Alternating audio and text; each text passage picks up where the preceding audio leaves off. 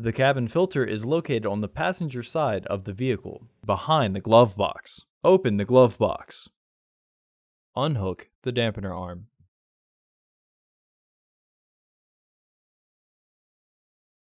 Push in on both sides of the glove box to release the stops. Lower the glove box. Unclip both sides of the housing cover to remove it. Remove the filter frame by pulling outwards.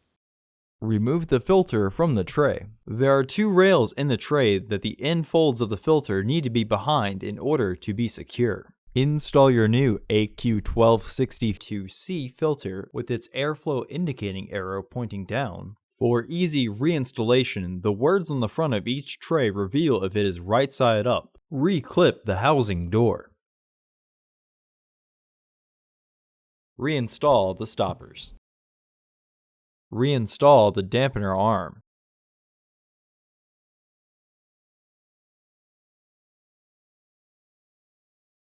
Close the glove box. Order your parts today at filterheads.com. Also, please like our video and subscribe to our channel so you won't miss any new content.